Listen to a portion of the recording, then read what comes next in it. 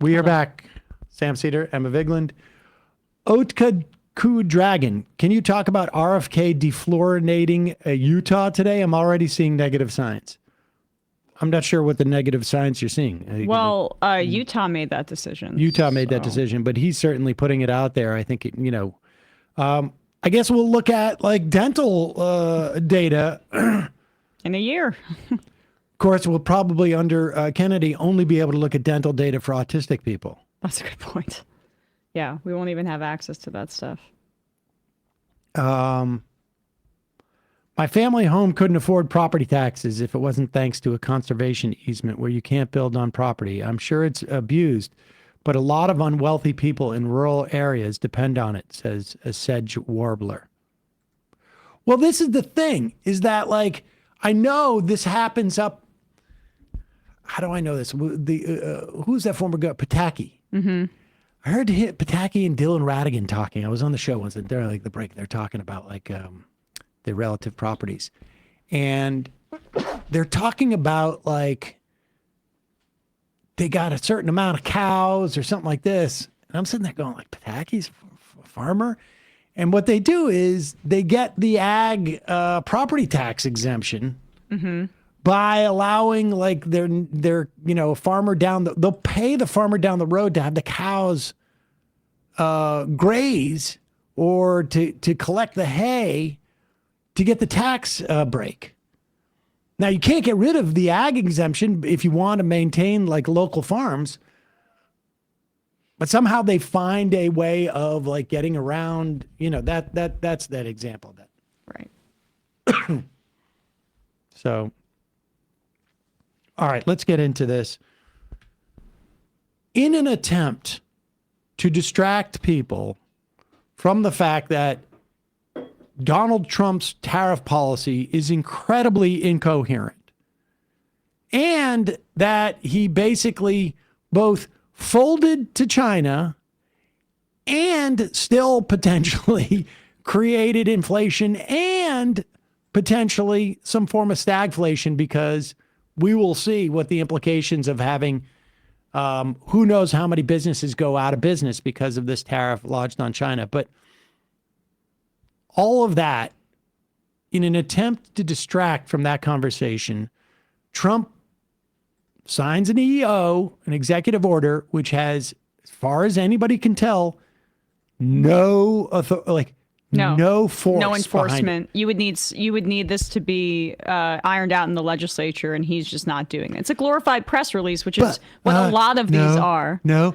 because it means everybody's going to wonder what's going to happen for 30 days, and certainly by the time we get to 30 days, something different will be going on, and we'll all forget it. Hey, TikTok ban anybody? Who's thinking about that? Nobody, right? The weave. Here's Donald Trump. First, I'm directing the U.S. trade representatives and Department of Commerce to begin investigations into foreign nations that extort drug companies by blocking their products unless they accept bottom line and very low dollar amounts for their product, unfairly shifting the cost burden onto American patients. And we'll be taking a look at that very strongly. The biggest thing we're going to do is we're going to tell those countries, like those represented by the European Union, that, that game is up. Sorry. And if they want to get cute, then they don't have to sell cars into the United States anymore. It's a very big subject. And they won't get cute, because I'll defend the drug companies from that standpoint. They were, first time. Okay, so as far as I can tell, what he's saying is that price controls in Europe end up costing American pharmaceutical companies or costing American consumers of pharmaceuticals more money, because the price controls in Europe we end up subsidizing the European use of drugs. Now, there's another way of dealing with this. Richard Nixon was the first president, I think, at least in peacetime, to impose price controls. Trump could do that here. But instead, what he's saying is we want Europe to drop their price controls. Yep.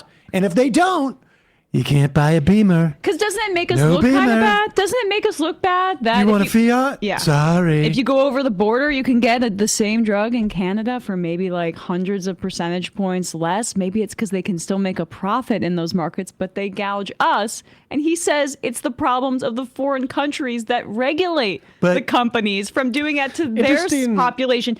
I just want to say this is the right-wing populism vision, folks. Here. Interesting to note that countries apparently have done price controls and they still get the drugs in those countries. Well, odd. Okay, I'm setting up a commission to look at it and to look at it strongly. And we'll see what happens after that. Stern look. And Matt Stoller pointed this out on social media, but that the drug companies reacted very positively, or like the stock market of those of pharmaceuticals, Pfizer and Merck went up in response to this. Because we can gouge Europe now, and who cares about the price in America? Exactly. Right. Well, wait a second. Let's see. Let's hear a little more of Trump. Yeah, maybe he thought this through. I mean, I'll tell you a story. A friend of mine who's a businessman, very, very, very top guy. Most of you would have heard of him. A highly neurotic, brilliant businessman, seriously overweight, and he takes the fat shot drug. And pause it for 1 second. Now, it hadn't occurred to me until listening back on this time, but it's possible he's talking about himself. Highly neurotic. I'm saying this story for a friend. John Barron, you could call him. Highly neurotic, afraid of germs, taking the fat shot. Brilliant, obviously. It's Trump. He's talking about himself. That's him. And he takes the fat shot drug. And he called me up and he said, President, he calls me, he used to call me Donald, now he calls me President, so that's nice respect. But he's a rough guy, smart guy. Rough guy. Very successful, very rich. I wouldn't even know how we would know this, but because he's got comments. Said, President, could I ask you a question? What? I'm in London, and I just paid for this damn fat drug I take. I said, it's not working. He said, I just paid $88. And in New York, I pay $1,300. What the hell is going on?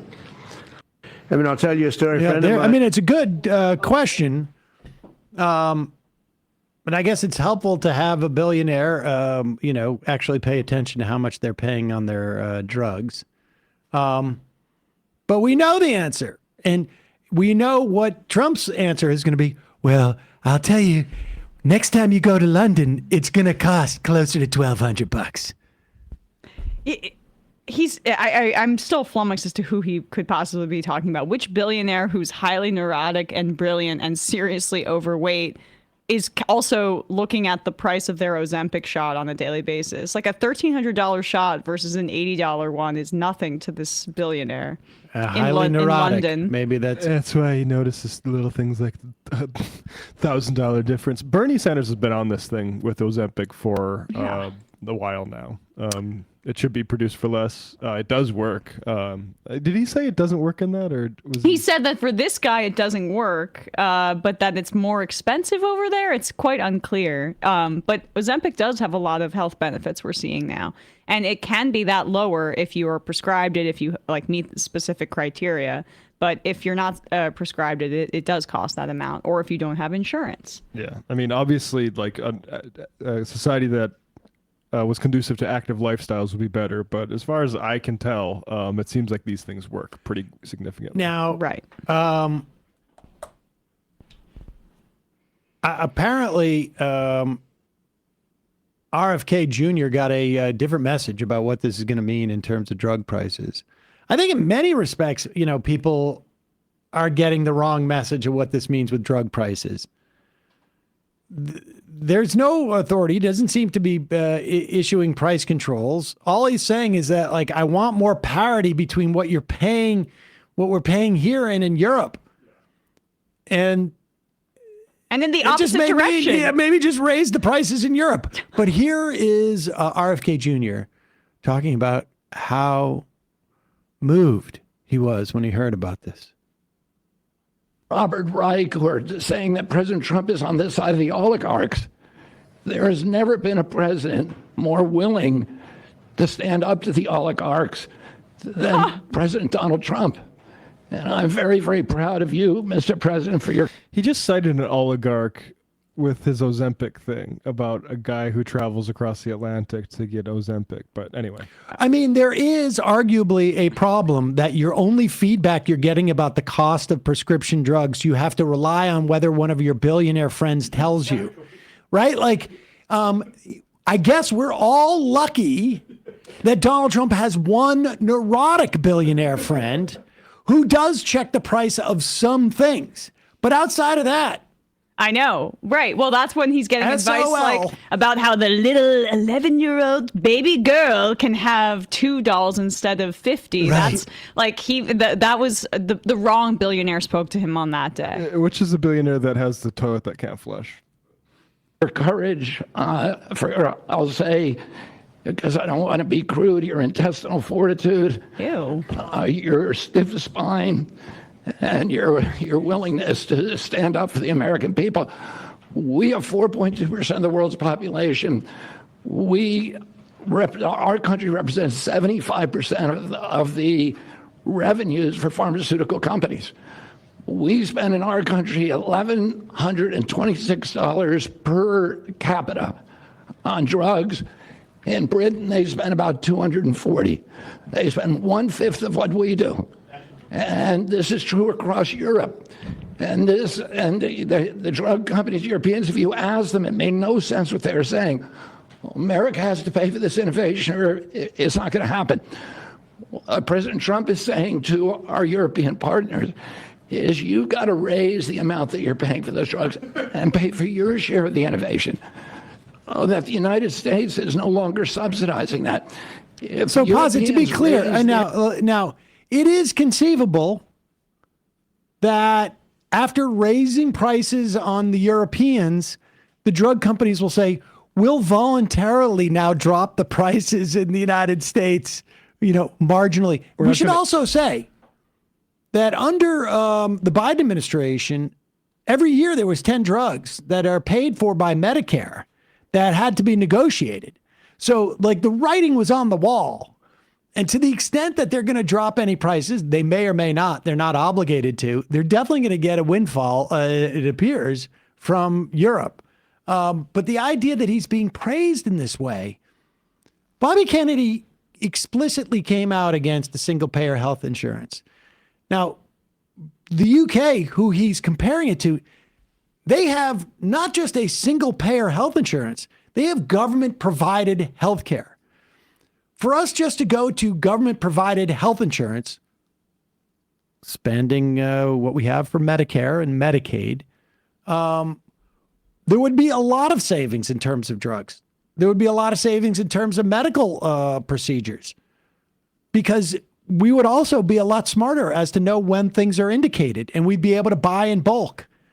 None of that is being touched upon here. All it is forcing Europeans to pay higher drug prices at the risk of forcing Americans to pay for higher European goods. Yeah, and you can just trust the pharma companies to make sure those savings are passed along to America. This is how I talk to them. They'll be fine. This is how they did the anti-war thing too. We're anti-war, and what we mean by that is telling the Europeans to spend more on war. Yeah, right. It's just about his rivalry with Europe or something. But also, even if Donald Trump had this executive order that said, we want this more substantive, right? We want Medicare to be able to negotiate for all drugs, as opposed to just the more narrowly tailored one that Biden addressed. It still wouldn't have any teeth and would be challenged and overturned in the courts, because Biden had to do that through the Inflation Reduction Act. And that's what we're going to see in 2026, that expansion. But Trump will probably take credit for it. But this is both the reverse is we need our drug companies to be ripping off the Europeans more. And also, I know that this isn't even going to take any effect. I'm just going to gesture at it. And you have this dude pretending this guy's anti-oligarchy, Donald Trump, who you don't get it. His attorney general was a lobbyist for the Qatari government. And it's now in the cards that he might be getting a $500 million plane from Qatar. You don't get it. It's called a race to the bottom. And we're going to win. We are going to win. That's one race we'll win.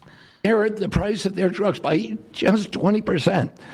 That is $10 trillion that can be spent on innovation, and the health of all people all across the globe is going to increase. Wait, pause. Because Wait a we're second. gonna So have wait.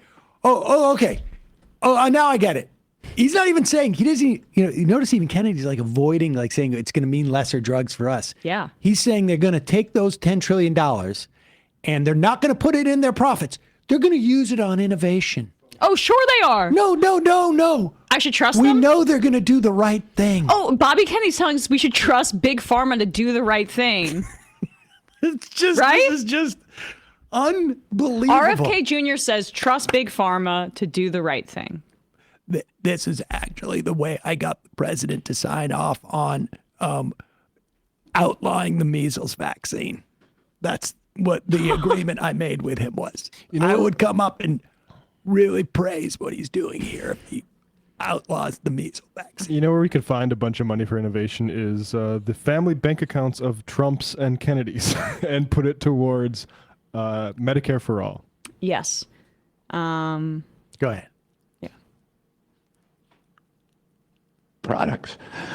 So I'm just so grateful to be here today. I never thought that this would happen in my lifetime. I have a couple of kids who are Democrats, are big Bernie Sanders fans. And when I told them that this was going to happen, they had tears in their eyes because they thought this is never going to happen in our lifetime. And we finally have a president who's willing to stand up for the American people. Thank you. And Dr. Oz. Oh my God, Dr. Oz.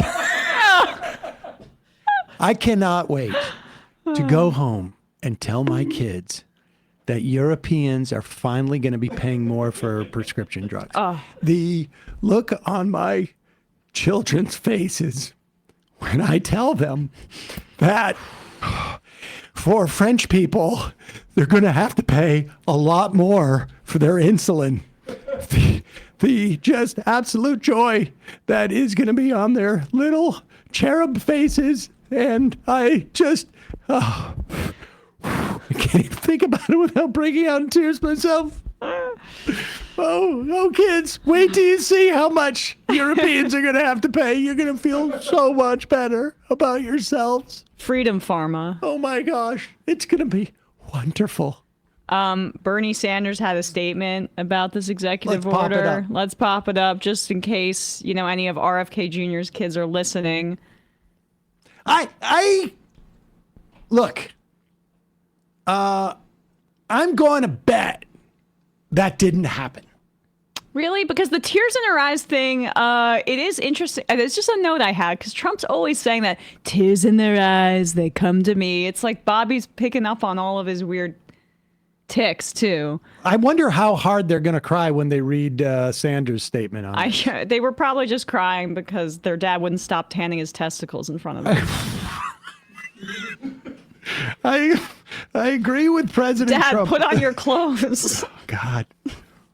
Dad, what kind of animal carcass is in the trunk? Yeah, it's been smelling for days. I agree with President Trump. It's an outrage that American people pay by far the highest prices in the world for prescription drugs. It's beyond unacceptable that we pay in some cases 10 times more for the same exact prescription drugs that people in other major countries. But let's be clear, the problem is not that the price of prescription drugs is too low in Europe and Canada. The problem is that extraordinarily greedy pharmaceutical industry made over $100 billion in profits last year by ripping off the American people. Further, as Trump well knows, his executive order will be thrown out by the courts. If Trump is serious about making real change, rather than just issuing a press release, he will support legislation I will soon be introducing to make sure we pay no more for prescription drugs than people in other major countries. If Republicans and Democrats can come together on this legislation, we can get it passed in a few weeks. Unlikely that that's going to happen. But again, the idea that companies that make hundreds of billions of dollars in profits are going to take their newfound windfall from Europe and put it towards innovation as defined by like just pure, we're going to go out, we're going to do a moonshot, and it's not going to be in any way a function of how much money we think we can make on this or that. But that's the real They're going critique. to make ivermectin 2. Yeah, that's the sequel. That's the critique of pharma that makes sense. Like, that's the problem, is they don't spend money on research and development because they can just make a bunch more money on pumping out, other drugs, whether it's erectile dysfunction medication or Ozempic, which does have health benefits for people that need to lose weight and maybe have, high cholesterol or something like that. But that's the problem, is that when you don't make them, they're not going to do it. And that was part of the big problem with Operation Warp Speed too, is that we shot a cannon of money at Big Pharma, and they actually were very effective in terms of the vaccines that they developed. But that just went to them and not to us, even though it was taxpayer money that funded that research and development. So if we wanted to make America healthier, we would have a more disciplinary relationship with Big Pharma, which would require research and development if they wanted government funds. And then we also own some sort of generic version of that drug so that people can access it everywhere. But that's the threat. Did you not hear that my kids cried Sorry. when they heard the announcement that the Europeans would be paying more for prescription drugs? Their eyes were just tearing up because of all of the That's what they meat. wanted for Christmas. The raw I told them rancid meat. we're gonna have those Europeans. They're not gonna be walking around like they own the whole planet. They're gonna pay more. Good point. If any industry needs the government to do this much for them, then they should be nationalized. Yeah. We already, the VA already makes some generics, and Elizabeth Warren had a proposal about the U.S. government getting more in the business of generics. The idea that we can't produce these drugs is absurd. Oh, yeah. We can.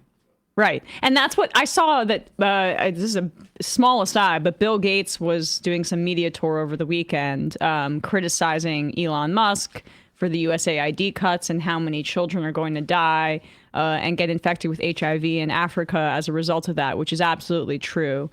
But let's not, Bill Gates, pretend like you're the hero in this situation, because in many ways, so much of intellectual property around medicine and vaccines is because of his push to make those things private instead of public domain, including with COVID, which would have saved millions of lives potentially if some of these countries were able to produce generic versions of the mRNA vaccine, among others.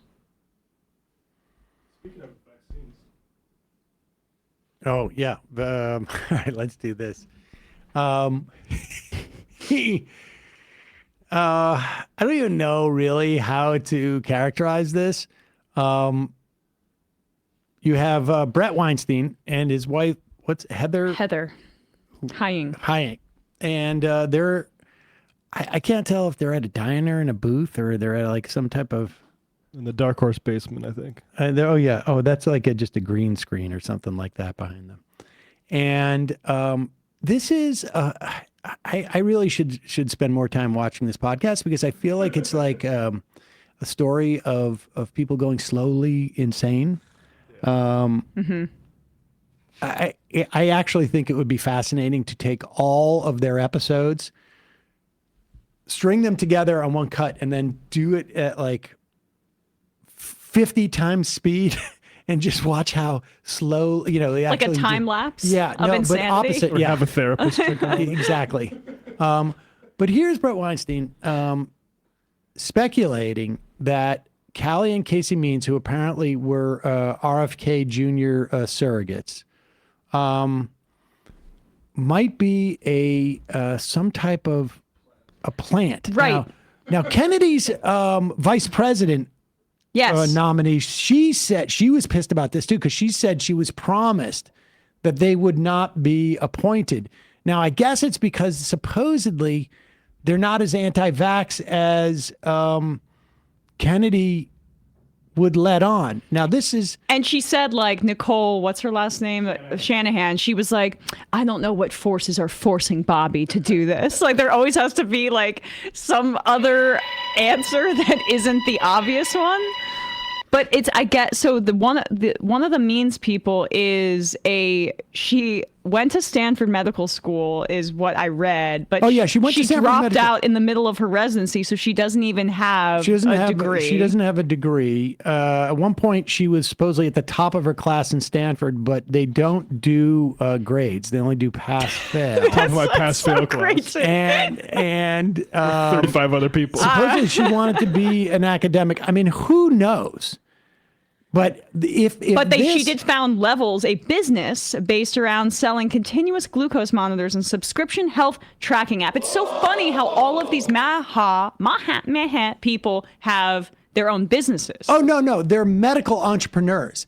But that is well established. But I'll tell you something. If this whole arc of this season ends up with Kennedy as a secret pharmaceutical It's a secret lobbyist, Fauci. I mean, my Wow. kids cried when they heard Big Pharma is going to make more in Europe. The Fauci is coming from inside the house. One of the things that seems to be happening is that there, I think, predictably, are a number of wedge issues emerging to drive the coalition crazy as it attempts to get its footing in the new administration. Oh, pause it for 1 The second. I should Fisher- just tell you, if you read the decoder key that comes with every episode of this, you'll find out by coalition, he means him and his wife. and maybe his brother too. A coalition of my personal family, Yeah. my nuclear family. And how much my phone is ringing.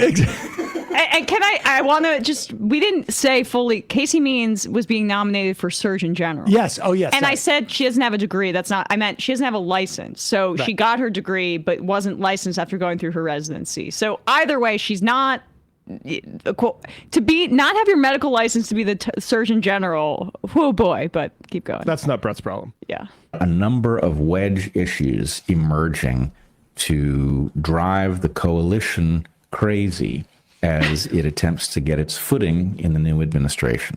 The fissure that has developed surrounds the fact that, suspiciously to many of us, in all of what is said by the Means siblings, and I wish there was an easier way to refer to them, that's awkward construction, but the Means siblings seem very focused on food and strangely not focused on the lessons of COVID and pharmaceuticals, especially the dangers of the mRNA vaccines.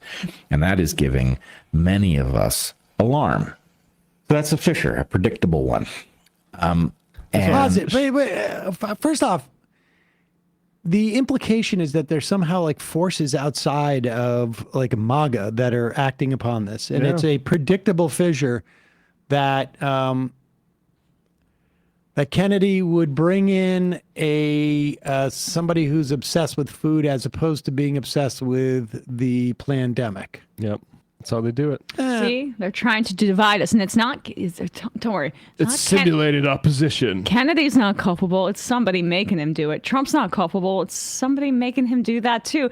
I like how Trump is also the most powerful person in the world, and we should respect him. But he's also completely helpless to be president. It's very interesting. I mean, the forces we're up against are just huge. It's huge. A predictable one. And it has me thinking a lot about, first of all, is the fissure even organic? There is something interesting about the sudden rise of Callie and Casey Means. Yes, there is. Interesting. Nobody knows what it means. I'm not going to level any accusations, but it is interesting that these two came from relative obscurity and find themselves at the pinnacle of Maha in a position And to I'm not. advance a very important case. Pause it. Yes. Yeah. Pause it. Like everybody in that community didn't come out of like relative obscurity, and all they did one video where they basically said that a vaccine harmed them, or Here's some magnets eating that some clean your food. blood. Exactly. Colloidal silver, but this time with a minty fresh aftertaste. He's so mad he doesn't have an official position. Both the Weinstein brothers. Yeah. Like I feel like they're interchangeable in terms of their complaints. What is this draw for people who are podcasters to make 80% of their content about their own personal aggrievement in like very, very thinly veiled segments. I mean, let's face it. We're sitting here with a camera on us for half the day with a microphone. Finding people with a little bit of a sense of centering themselves is probably not that difficult. I understand. It's just that it's the difference between who having finds an this compelling? awareness Yes. of like how. Listen, I got to be honest with you. I've been very, very upset that no one from the administration has contacted me. Yeah. Are these wedge issues organic that Right. they keep throwing at me and separating from my friends and making people not Clearly. call me anymore? Yeah. Clearly, this is not organic. It's all simulated. Sam didn't get a text back on the right stuff, and it must be some evil, otherworldly forces outside of your control. find it interesting that I keep swiping on the right stuff and no one is matching with me. I wonder if it's organic. Oh, by the way, shout out to the put that up the bad stats for clipping this video. Always watching can this we hear show more? for They're us. very good at clip. Yes. Who knows what it means? I'm not going to level any accusations, but it is interesting that these two came from relative obscurity and find themselves good. at the pinnacle of Maha in a position to advance a very important case that just so happens to obscure another very important case. And they're doing so at a moment at which pharma must have seen the writing on the wall. Wait, what? I'm not even sure I know what the Surgeon General does. Keep that in mind that all of the policy apparatus is held by not this Surgeon General. But how is pharma able to get in between RFK Jr. and like where are the cracks here? Who's the weak link? It's so That's the question. suspicious that you're bringing that up. Because we know it's not RFK or Trump himself. It can't be them. So it's got to be something else. Who plucked two freaks out of obscurity and put them into Very an official strange. position? Very, Isn't happening all around us. very strange.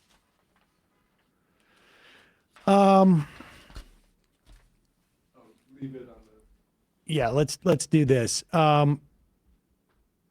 Trump fired Carla Hayden. She was the first person of color, black person, to be the Librarian of Congress. The Library of Congress, I think probably in the country, has the greatest collection of copyrighted and maybe even uncopyrighted material in one, a database, essentially. Anything that's published, It pretty is much. the record of the written word in this country. 162 million items, the largest library in the world. Now, today, in the wake of firing Hayden, the Trump administration also fired the head of the U.S. Copyright Office, Shira Perlmutter, who was appointed by Carla Hayden. And we should say this firing of the head of the U.S. Copyright Office happened days after the Copyright Office issued a report saying the amount of the mass use of copyrighted data by AI companies is problematic. AI, yeah. AI companies. And threatened in some way to maybe slow the roll of AI technology from consuming all of this copyrighted material and then regurgitating it in the form of like, oh, actually, this is a thought that I've conceived of. And so what do you do if you're the White House press secretary and you don't have a substantive answer as to why the head of the Library of Congress would be fired? And then we now know after that, the next day, the head of the Copyright Office fired. Well, this is what you do. The president. Question, the president fired the Librarian of Congress. Why did he choose to do that? We felt she did not fit the needs of the American people. There were quite concerning things that she had done at the Library of Congress in the pursuit of DEI and putting inappropriate books in the library for children, and we don't believe that she was serving the interests of the American taxpayer well, so she has been removed from her position, and the president is well within his rights to do that. John, the president. Okay, here's the interesting thing about those books that inappropriate for the kids. I mean, in addition to like the mission of the Library of Congress is to collect all these things. Every book.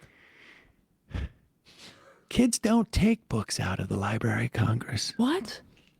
It's not like a Field trip to library the where you Library get where you get a card and you take out these books.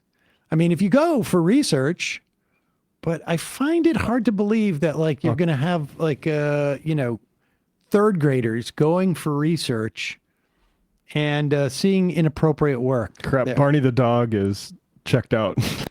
But they had to make this up, and of course DEI is the all-purpose go-to. She's black.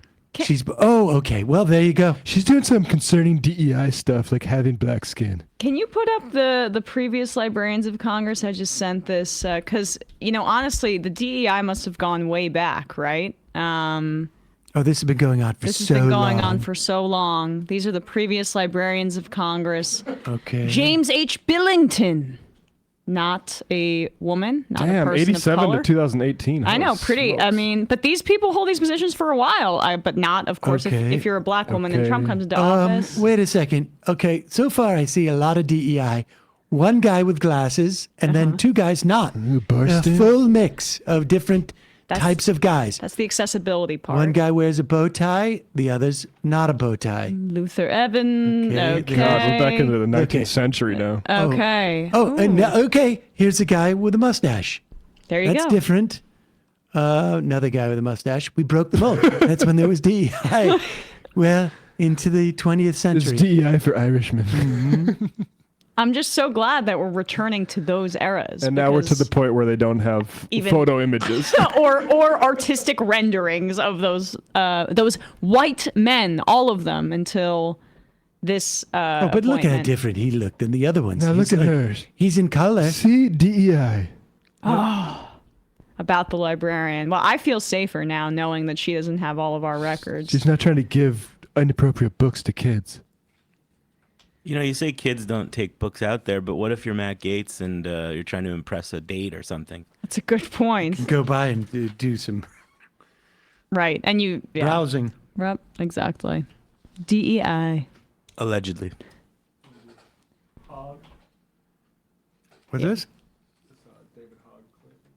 Yeah, this is good. With did you see Lawler went on the next governor from our state, Mike Lawler. Mike Lawler's got to be a little bit nervous right now. Does he have any choice but to run for governor if he's worried that he's going to get wiped out in 2026 in that purple district? I'd be pretty shocked. But here is Lawler, and I guess I don't know what the theory is here. But here is Mike Lawler on with Real Time with Bill Maher, and David Hogg and Donna Brazil are there. Started as an intern for McCain. Some of these people don't know when it's time to go. They don't. Chuck Schumer has been in elected office for 50 years. 1974, he was first elected. 50 years. AOC will absolutely kick his ass in a primary. She is the leader of the Democratic Party in this moment, and will continue to be, I think, the biggest driver of where the party goes from a governmental policy standpoint. And that drives many of my colleagues crazy. But the fact is, she has tapped into the base of support within the Democratic Party. And you see the juxtaposition between her and Chuck Schumer. I'm writing a strongly worded letter. Oh, sit the fuck down, Chuck. It's time. Right. That's why you won. Yeah. In that district that you, that's why you won. Purple as they come. Well, right, because the people, they didn't want to vote for Donald Trump, but they're not out there on the far left either. No. Wait, pause. Oh my wait. God. First off, the guy just said AOC is the leader of the party. Now, I don't necessarily agree with that, but he's contradicting He's contradicting, Bill Maher's trying to shoehorn, Lawler's trying to shoehorn something in. Yeah. Bill Maher's trying to shoehorn something in. These are opposite things, incidentally. Yes. Bill Maher's saying Lawler is the future of the Democrats. No, Lawler is trying, and I don't think he's right about this, because he thinks it's a liability to say AOC is the leader of the Democratic Party because she's too far left. They're still using this old left-right paradigm. Yep. So he's trying to will that into existence to say I'm moderate, she's extreme. And then Bill Maher, not a good listener, I don't know if this is news to people, decides to not really acknowledge it at all and say, no, this is why you won. It's because AOC was and is currently the leader of the Democratic Party. No, I don't understand. He's basically trying to say that, yeah, he lost the thread slightly because Lawler got elected in 2024. But okay, sure. There's so much I would love to know about being a 21-year-old girl. Oh my God. They want balance. They want common sense. They want people who are serious about getting the job done. For my district, my biggest issue, lifting the cap on salt and providing real tax relief to people. Protecting critical services like Medicaid. And we're going through this debate, and I'm fighting with leadership, and I'm fighting with the administration to make sure we don't gut these vital programs. That's what people want. They just want you to do the damn job. First off, how much AIPAC money came into this? Lawler had some too, right? Didn't he? Oh, yeah. Lawler is not going to get these things from the Republican Party. And one thing I do appreciate is him setting up the litmus test as to why he has any value in New York. This notion that you've got Republicans who are moderating the Republican Party. No, that doesn't happen. It's absurd. All he does is vote for Mike Johnson as a leader of the House. Yeah. And this is who, but you reveal with that second sentence, you hear who he's speaking to when he talks about AOC, she's the leader. Okay. So he's trying to tie, if he's running for governor, Hochul to extremism. And then, or whoever comes out of that primary. And then he brings up SALT, the state and local tax deduction. So he's speaking to wealthy people in New York State. Oh, 100%. 100%. That's what's fascinating, because that's clearly all he's there for. He's there to get those people's taxes down. 100%. He doesn't give a shit about anything else. Can you imagine the first thing that you give as your raison d'etre to be in Congress is to get a tax break for wealthy people in the bill to extend tax breaks for wealthy people. Exactly. It's not there's an ice cream sundae and there it is. But if I don't get that whipped cream on top, I'm not doing my job. Right. I mean, and this is a problem within the party. The idea that there are Democrats like Josh Gottheimer and other New Jersey, New York, and California Democrats who are backing up this kind of thing. Yeah, God forbid rich people who own property in these states can only deduct up to $10,000, which is what Trump made that change. Now he did it like the way he's doing tariffs, punitively trying to go after people he doesn't like, whether it's Europe or blue states. But it doesn't mean that this shouldn't be, I think, continued, obviously, but we'll see. Programs. That's what people want. They just want you to do the damn job and go home. And get out the way. Get out the way. All right. What is it? I think there's one thing I wanted to talk about too, which is a little bit of what you just talked about, which is there have been a few members that have come out that have said, well, if I retire, my life is effectively over. And what I would say is get over yourself. This isn't about you. This is about our country, and it's about your constituents. You get to see the consternation on Donna Brazil's face because she knows that quote. She heard that quote. It was from Clyburn. And the reason why that sticks out in her head is because she realizes how ridiculous that quote is. Oh, how self-involved, how self-centered it is, how it's completely anti-democratic, how it says nothing about the constituents that you're representing and more about your comfort in your mid-80s. What did Biden say? There was something like that when Biden was before he was dropped out, where he's like, well, he wanted to do that. Nancy left her seat. Steny left his seat. I left my seat. What the hell am I supposed to do now? Clyburn told the Journal. He's saying leaving leadership. No, I know. But what do you want me to do? Give up my life is what he's referring to. But that's what he's saying. The second step of he gave up his leadership, but now it's about retiring. Dude, you're 83 years old. Why is that not a consideration? And why don't your constituents come up as the first thing that you think about as opposed to yourself? Not that we can expect less ego from politicians, but we should have mechanisms to remove them, especially, which is like, the Democrats have been abject failures in fighting Donald Trump. In other parliamentary systems and other democracies around the world, there's leadership turnover if they have such a historically awful loss at this point. But you have our leaders bitching about the fact that they can't hang on for another decade or two. It's crazy. There have been a few members that have come out that have said, well, if I retire, my life is effectively over. And what I would say is, get over yourself. This isn't about you. This is about our country, and it's about your constituents. Nobody is I don't care if you've been there for decades or just one term. That seat is not yours. It is your constituents. That is who you're there to serve. And if they choose to serve somebody else, so be it. That's all we're trying to do with Leaders We Deserve, is give people the option to vote for somebody that isn't necessarily the same person that's been there And forever. Bill, let me applaud one thing. I'm glad that David is at the table. I've been at the table a long time. I guess we don't need that. I don't know. Yeah. Well, go ahead, Liz. I'm curious as to what she's saying here. And I love being at the table because it took me a hell of a long time to get in and to get a seat. And once I got a seat and got my folding chair, I was ready. I was set. And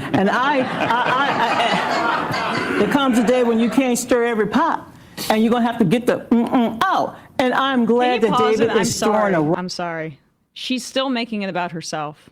Like, do you see that? Yeah. Do you see This that? entire class of people have no idea. This is really cynical and gross. Like, as if someone like David Hogg and younger people who have supported the Squad and other members of Congress who are more representative of our entire country are trying to say that there shouldn't be black women at the seat of the table. That is the implication of what he's saying. She said it took me a long time to get here, and basically is trying to defend Clyburn, it seems like, implicitly, which is the same thing. I mean, it's not about you. She still is making it about herself. She makes a turn. Okay, all right. Rock inside the party. All I would like to advise David is my 25-year-old March on Washington King holiday, free Nelson Mandela. There she's coming in. Call me what the hell you please, but I know what I did when I was his age. I wanted to have a role in American politics. I want to care about my country. I want to love my country, and I want to give back what my country gave to me. And if David takes that spirit on the DNC, I'll vote for his ass again. He is, though. He's an activist that started after his school got shot I can't tell. Like, she seems to be trying to sort of like split the difference. Drape here. themselves in civil rights, which is all they do. And it's like the idea that we credit politicians with the legacy of civil rights is a huge problem, because it wasn't just politicians that got us civil rights. It was actually the activists that they're in part helping police crack down on right now. So that we like credit Hakeem Jeffries or Cory Booker when they quote like Fred Hampton, it's disgusting. Any quotes from those people should turn to ashes in these politicians' mouth. I can't tell what like she does seem to be trying to split the difference there. Like, it wasn't as bad as I thought it was going to be, but she did slip. Like yeah. I don't like that false dichotomy there. If you want to see a really egregious example, pull up the Bakari Sellers. There you go. Yeah, exactly. Bakari Sellers, who, by the way, named his son Stokely, and whose father was legitimately a Civil War hero who was civil rights. Sorry, civil rights. He's not that old. A civil rights hero. Bakari Sellers not though. Bakari Sellers, somebody guy who's been doing APAC work since college. To your point about draping yourself in the civil rights movement, I like David Hogg 11. Don't know David, but the audacity to tell Clyburn to get over himself is wild. No, it's not. It's what should happen. Well, what's also is amazing is that he never said the word Clyburn. But the quote was Clyburn. No, the quote was Clyburn. But I mean, like, take the quote Brazil. on its face. But Brazil didn't even go. She was like, she started to go there, but she didn't want to specify that she knew it was Clyburn, because they're all trying to protect him a little bit here. And that's what Bakari Sellers is doing, running interference for this guy who was so closely aligned with the Biden administration that Clyburn is also partially responsible for the situation that we're in. Like, we had a chair of the DNC who was from South Carolina too, who worked with the Biden administration to foreclose the opportunity for a primary, who moved gratuitously South Carolina to first in the primary order, even when it caused problems with New Hampshire because it violated their state law. And like the idea that they shouldn't learn something from this and that we should prioritize Clyburn's comfort because of all of the goodwill that he's built up. That's not how democracy works. But that's how people like Bakari Sellers stay comfortable too. Yeah. Bakari Sellers, you would be shocked to hear, also of South Carolina politics. Here's the thing. Nobody's learning anything.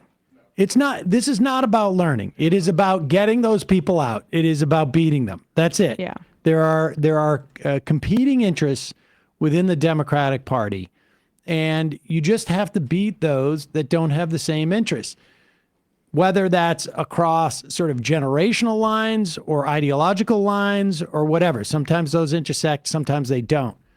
And so at the end of the day, Sellers is just doing on some level what Hogg is doing, which is they're just having a fight. And it's quite clear that Hogg's just quoting Clyburn without even attributing it to him is enough to get the folks like Sellers defensive, because it looks so bad.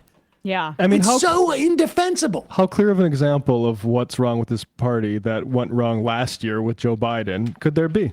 It's so indefensible. That's the reason why you're staying in there. What am I going to do with my life? I don't know. Be a former congressman. Do painting like George W. Bush. Right. Whatever. That's a you problem. Right. There's an article from The Intercept from 2022. New PAC backed by Bakari Sellers plans to spend $1 million to unseat Rashida Tlaib. What is she going to do with her life? You read his tweets after October 7th, and he's not somebody who was surprised by what's happened. He was somebody who was ready for what Israel was about to do and was going to use his place in media to defend it. It's not a shock to me that those are the same, the most Zionist members of Congress, the most ones that take AIPAC are the most corrupt. Interesting. So yeah, also the most corrupt, also the most useless. I was just down in South Carolina. Well, was shocked to see I saw 2 Israeli flags down there.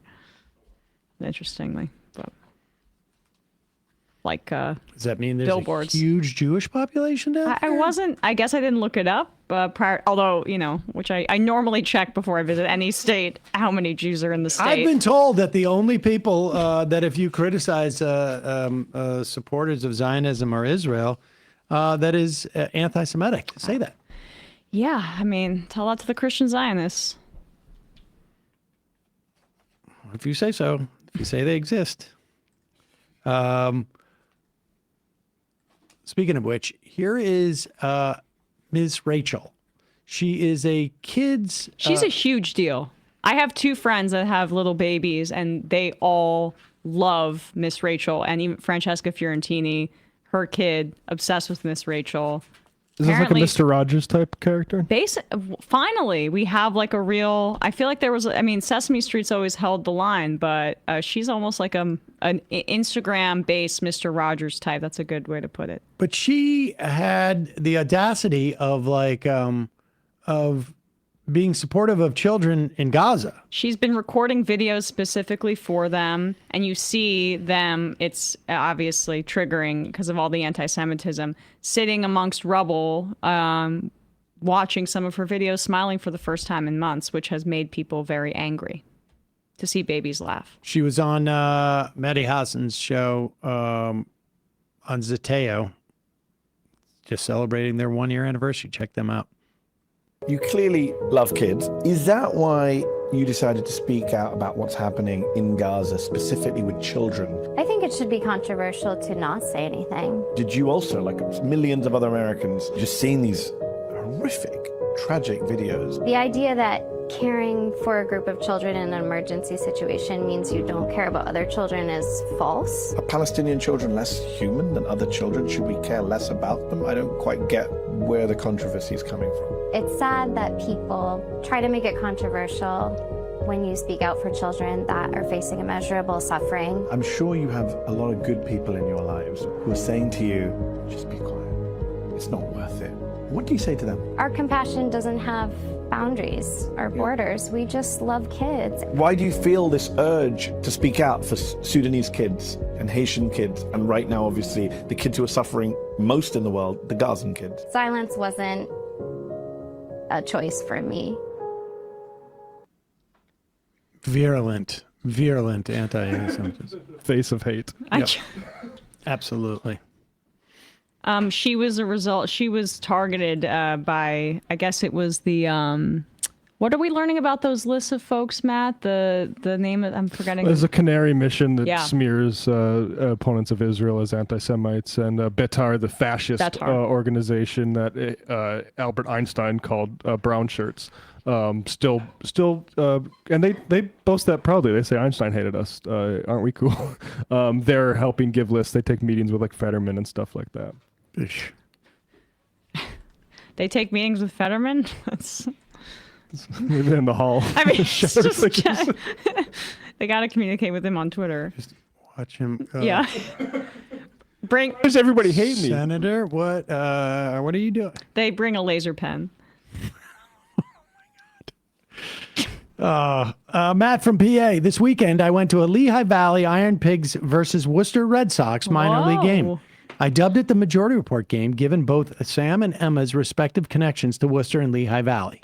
I have a t-shirt from that minor league baseball game with just a big strip of bacon on it. It's very silly, but yes, the Lehigh Valley Iron Pigs. I cannot tell you. I don't think there is a single entity or anything where I and my family own more merch than the Worcester Red Sox. Yeah. Didn't you go back there and do a tour of the stadium? I did at one point. That was like 6 years ago. There was some like homecoming Worcester thing, and got to do a tour of the stadium when it was empty. Yeah.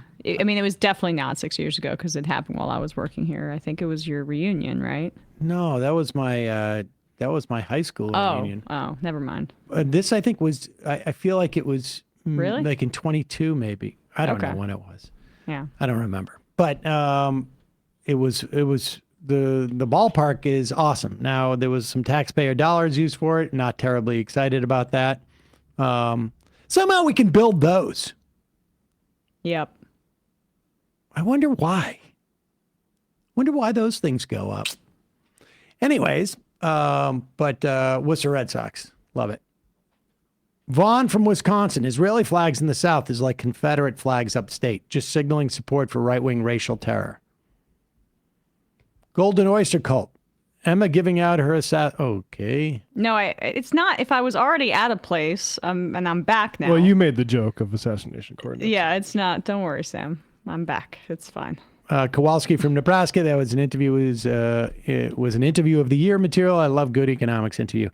The following is a personal conspiracy from things I've been reading. It is possible that the United States food monopolies are working on a way to prevent Ozempic from working. With RFK Jr. defunding research, there's a chance a lot of processed foods could get laced with something that can neutralize the impacts of Ozempic. Do not underestimate corporations' willingness to slaughter us by the millions to make a profit. I mean, my understanding is Ozempic basically just cuts down your desire to eat food by making you metabolize it slower.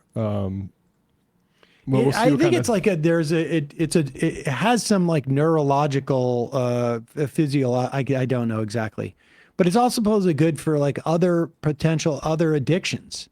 Yeah. I do think, though, however, there has been a marked change in the amount of junk food that's been consumed as a function of Ozempic. Oh, really? Because you can't eat as much as you would. No, you just don't have an interest and in what it. you do eat, you have to make sure it's nutritionally useful because you don't have room for just keep packing it with like M&Ms like I would do. I know people, it's made a huge difference in their life. Tomo Flink. Happy Fun Day Monday, folks. I think I have a rock-solid hypothesis for how RFK Jr. could look so awful for a man who was only born in 1954. My hypothesis is that he was born in 1911 and his real name is Joseph Mengele. Drowning him off the coast of Brazil in 79 after a heart attack was a false flag to put the woke betas in the International Criminal Court off the scent. Also, yesterday was my 30th birthday. Can I get a shofar? Yes. Sure. Happy birthday.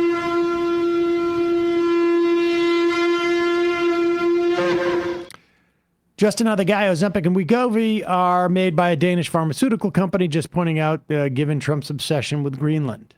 Oh, that makes sense. Dr. Gorst, I'd like to hear directly from RFK Jr.'s kids, just saying. Majid, what is the link AOC mentioned? act.ocasio-cortez.com/call/save-Medicaid. Maybe we should put that up there. Sandhill Crane.